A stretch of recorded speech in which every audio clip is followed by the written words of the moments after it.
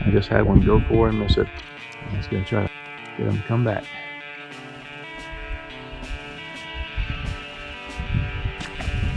Got her! Oh, it's a nice one.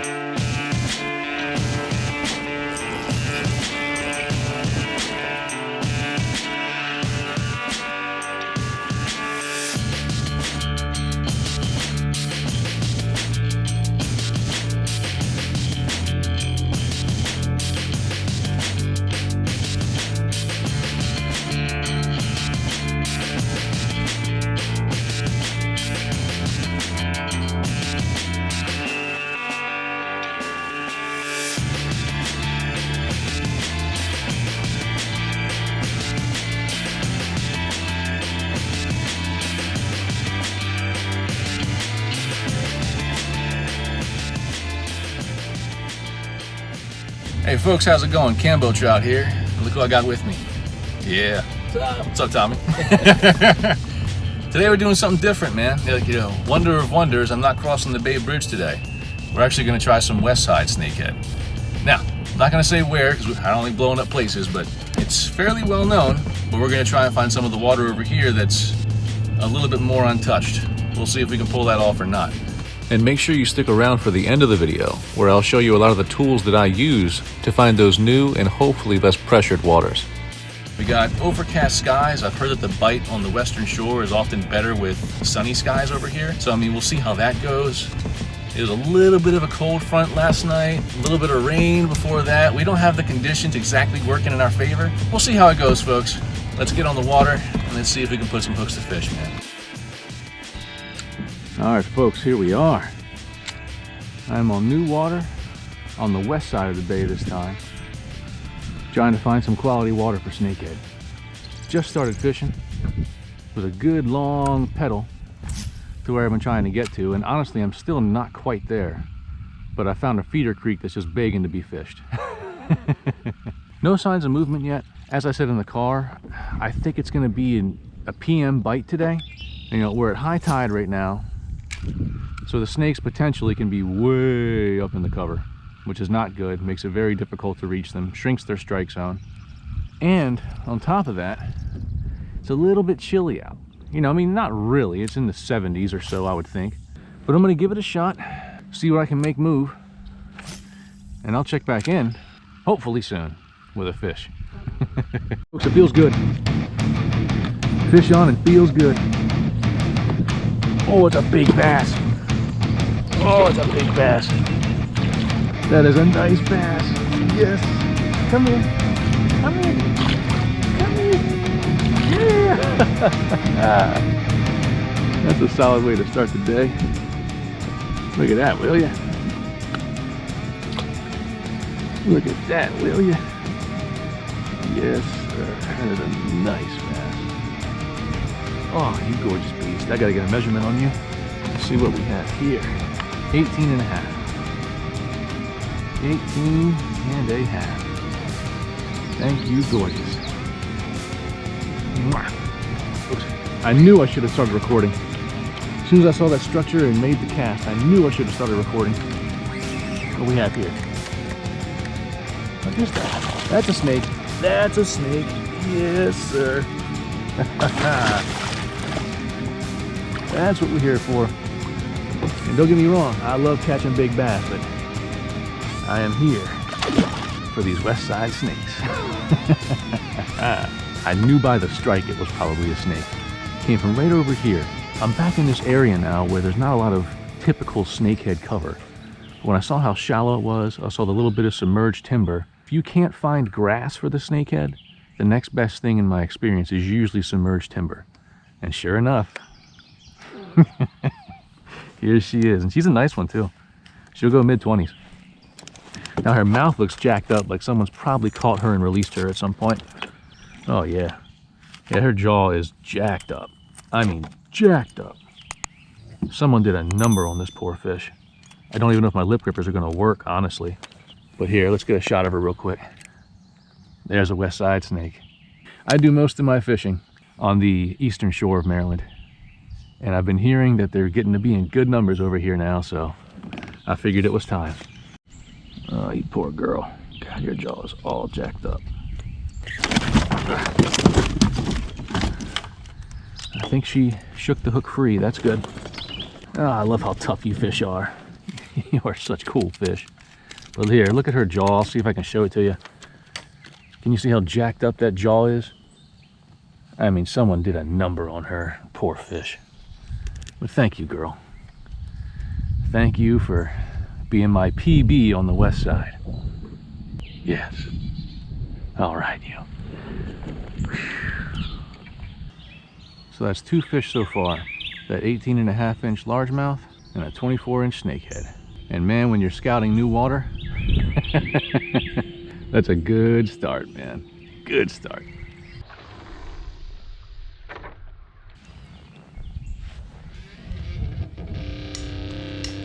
There he is. What'd I say? What did I say? I told you that cove looked good. Not a monster, but a decent little fish. A decent little fish. Oh, thank you for joining me today. Thanks as well from the folks at home who got to see you smack it. You little sucker, you. All right, little beauty. God, I love the smell of largemouth, man. They smell so good.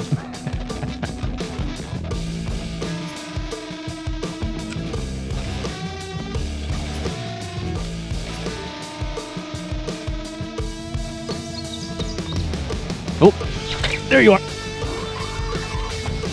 Get out of the tree. You little rascal. Get out of there. Go and get out of there. The hits I've gotten have all been pretty much right up on shore, especially anywhere you have these dangling kind of branches like this. Definitely been money for me, dude. Oh, I see what's happening. I see what's happening. There you are. Come here, you. Come on uphill. Come on uphill. Ouch! Oh, the good head shake. Oh, it's a good head shake. There she is. Let him go, Hook. We got him. There you are. Nice little chunk. Yeah. Nice little chunky chunk. I love the smell of largemouth, dude. Mwah. Oh, that's your little beauty.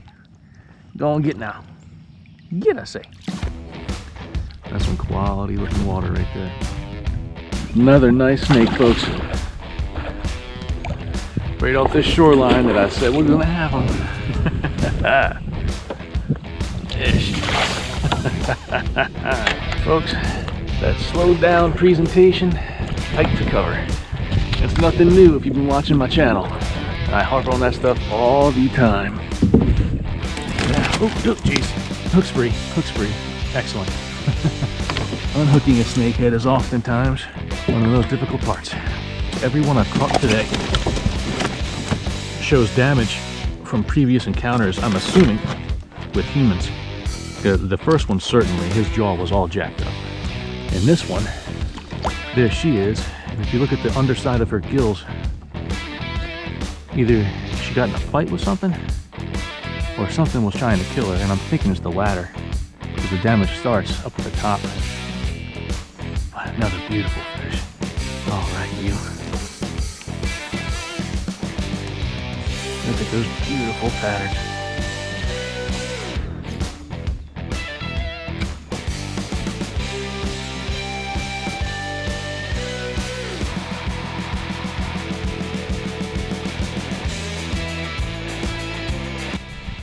I just had one go for and miss it. He short struck the buzzbait. Could have been a bass, could have been a snakehead, don't know. I was gonna try to get him to come back. It's about the speed the buzzbait was moving.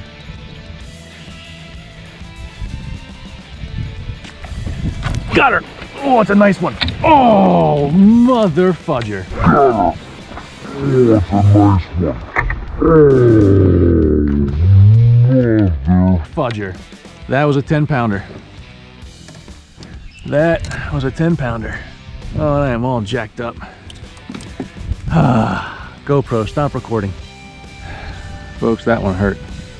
That one most definitely hurt. That was a big snakehead. That was 10 pound. That was that was a Dragon class snakehead, man. I mean, there wasn't much I could have done differently, honestly. I don't really think it was so much my fault that I missed it. I don't think I set the hook too soon or anything like that. But all the same, man. That's the kind of fish that you're willing to trade all the other ones you caught in a day for that kind of fish right there. Oh well. See if I can get my head back in the game, find another fish like that. All these little nooks and crannies you see in here, these are all prime ambush points for big snakehead. For snakehead period, but you know, I got big snakehead on the brain now since that went down. Not what I was hoping for, but you gotta be thankful for the fish you catch, man. There she is.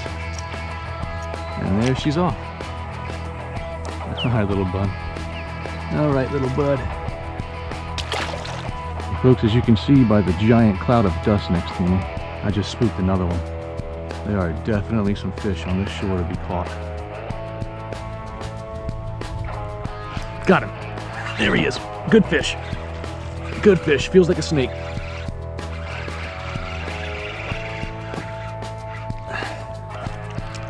Yep, there he is. Solid little snake. And she is a beauty. An absolute beauty. There she is. You little gorgeous fish, you.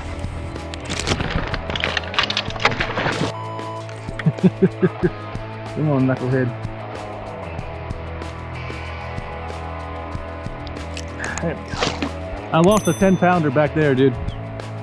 Absolute mammoth snakehead, and lost him. What I'm doing, I don't know if you've ever seen my videos before, but what I'll do is I'll sit parallel to the shoreline. I'll cast a topwater search bait like a buzz bait or a ribbit or a whopper plopper, and then I'll keep a mouse or a small thing like it on standby. And if he misses it, like if he misses the buzz bait, I'll throw the mouse back to get him. But what I also do is I'll cast the shoreline parallel with the search bait, and then as I get up to these little nooks and crannies, that's when I'll flip in the mouse. It's a killer pattern, bro. Killer.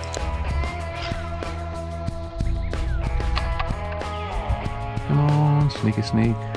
Oh, here it comes, here it comes, here it comes. Oh, he didn't take. Oh, it's killer. It's so frustrating when they shark it but won't take. Let's try one more time. Oh, oh, oh, oh, oh, come on. Oh, son of a... There he goes. Look at that. He's hiding right in there. Son of a... But folks, as promised at the outset of this video, now I'm going to get into the actual tools that I used to find this water and tools that I've used to find other new water in the past. Because man, I love exploring. Let's get to it. Hey folks, I wanted to show you at least 3 quick tools that I use to scout new waters. Now there are many more tools than this. I actually go into a lot more and in a lot greater detail than I will today in my How to Fish Maryland video. So I'll link that in the video description. I'll put a tag above, but check that out if you really want to get into the weeds and see all the different tools that I use to scout new waters. But to start for today, let's look at Google Earth. Now with Google Earth, there are 2 different forms of Google Earth. You have the web version, which I think is what most people use, and then you have the desktop application. While both of them are very useful, there are some subtle differences that make the desktop application oftentimes more important to me. What I really like about the desktop application is the historical photo aspect. So to look at what I'm talking about, we're going to pick a random spot. Today I'm going to choose Loch Raven Reservoir. It's a well-known body of water, so I'm not exactly spot burning anything with this, okay? Plug in where you want to search, click search, and it'll zoom you all the way in to the body of water. Now I'm going to zoom in to one of these tributary type creek arms on here so I can show you exactly what I'm talking about. So here we are in what is essentially, if not a tributary, something very similar to it. You can see where the water is draining in to the larger part of Loch Raven right here. But if you look in the bottom left, you have the number down here. If you hover over it, you'll see it says historical imagery. Click on that. What that then gives you are snapshots through time. Every snapshot that Google Earth is displaying for this particular location. And as you can see, I've only gone to 2002 and already I have a very interesting photo relative to the 2019 photo. So here's 2019. Useful, yes. You can see some lay down trees. You can see the ingress part right here for where this creek is coming in. But if you go back and look at some of the older photos, if you hit low water periods, you can really get a good idea of what the bottom contour is like. And that's crucial when you're trying to target fish and pattern them. Additionally, if you scroll through the years here, like you can see in 2004, this thing completely iced over, right? But if you go back throughout other years, and of course as time goes on, the photos get higher quality, you're going to be able to see the differences in weed growth. Like this is October 2008, October 2009, August 2010, and you can see how much the grass growth is different. So like I said, look through these historical photos and you'll see a lot of changes over time that can be really beneficial in terms of helping you figure out how to best target these waters. So that's Google Earth. Let's move on now to something that the Maryland DNR provides that really helps with finding public water access points. All right, folks, like I said, the next thing I'm going to show you is Maryland's online water access guide. This is a phenomenal tool. If you don't know about it yet, you're going to love me for this one. So I'll have the URL, the web address, I'll have that in the video description. What you want to do once you're on this web page is click on the Maryland Public Water Access Guide. You're going to be given a legal warning. Read it. I've read it a million times. But once you're in here, this will show you all the public water access points in the state of Maryland. Okay, it's huge. It's so beneficial. I can't explain it enough. But let's look at an example so I can explain it to you at least a little bit better. One of my old stomping grounds down here at Jonas Green Park on the Severn River. Once you're on here, pick any one of these nodes. It'll give you the site name, the county it's in, the water body it's on, who owns it, who you can contact with questions about it. It'll even tell you what kind of boats can launch from here, whether it be a soft launch, whether it be large boats, small boats. It's going to show you if there's a fee or permit required. It shows you so much, it's ridiculous. But definitely check out this resource. It's one of my favorite things to use to find new water to fish. Now the last thing I'm going to show you on here is an app called FishBrain. Now a lot of fishermen have a love-hate relationship with this thing, and I completely understand, because it's definitely responsible for quote-unquote burning a lot of locations, but at the same time it's a really useful tool. There's no denying it. So there's lots of different ways to use this. You have nearby fishing spots. You can configure your news feed based on the different kinds of species of fish you want to target out there. But what you can also do once you're in here is use the explore option, and that's the really good one for being able to identify new places to fish. And you see all these blue dots, right? It's literally that many fishing spots out there. And once you click on any one of these nodes, I'm not going to do it right now because I don't want to burn any particular location, but it'll show you the types of fish that have been caught there, what they've been caught on, the best times of day, the best types of gear, lures, rods, reels, everything. It's just a fantastic tool. Now, like I said, you can go in and play with it. I'm not going to do it because I don't want to burn any locations, but FishBrain, there's no denying it. It's another great tool to find new water to fish. But that just about wraps things up, folks. Like I said, if you want to watch the deeper content, check out my How to Fish Maryland video. But other than that, thanks for watching. Please like, share, and subscribe. Good luck on the water, folks, and have a good one.